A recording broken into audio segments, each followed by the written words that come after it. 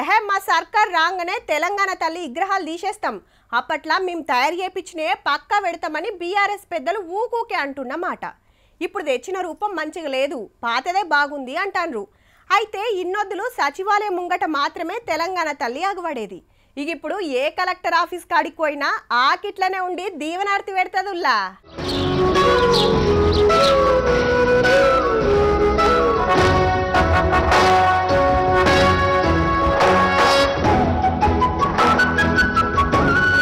Future city global summit లో CM sir remote cut కొత్తగానే జిల్లాల కలెక్టరేట్ల ముంగట తెలంగాణ తల్లి విగ్రహాలు ఓపెన్ అయినాయి. తెలంగాణ రాష్ట్రం ఇస్తామని అప్పట్లో డిసెంబర్ 9 నాడే సెంటర్ వాళ్ళు ప్రకటించారు కాబట్టి నిరుడు ఇదే దినం సచివాలయం ముంగట తల్లి విగ్రహం పెడితే ఇలా తెలంగాణ అంతటా ఒక్కొక్క విగ్రహం ఖర్చు 17,50,000.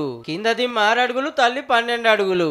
ఆదిలాబాద్, కరీంనగర్, వరంగల్, ములుగు, నల్గొండ, నారాయణపేట జిల్లాల్లో పెండింగ్లు ఉన్నాయి. బీఆర్ఎస్ చేపించిన విగ్రహం కిరీటాలు సొమ్ములు పెట్టుకొని దొరసాన్ లెక్కుంది. ఊర్లుండే మన తల్లి లెక్క ఉండాలని గవర్నమెంట్ కి ఇట్లా డిసైడ్ చేసింది.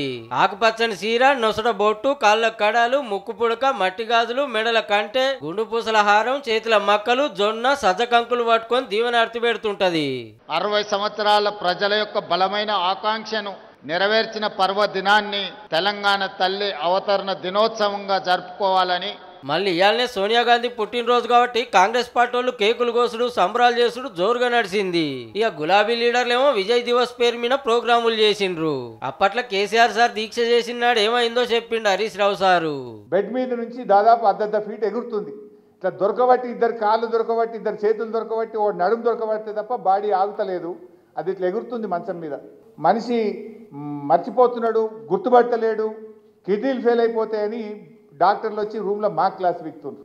హరీష్, నేను తెలంగాణ వచ్చేదాకా ఏం జావరా భయ్, నేను గట్టిగానే ఉన్నా.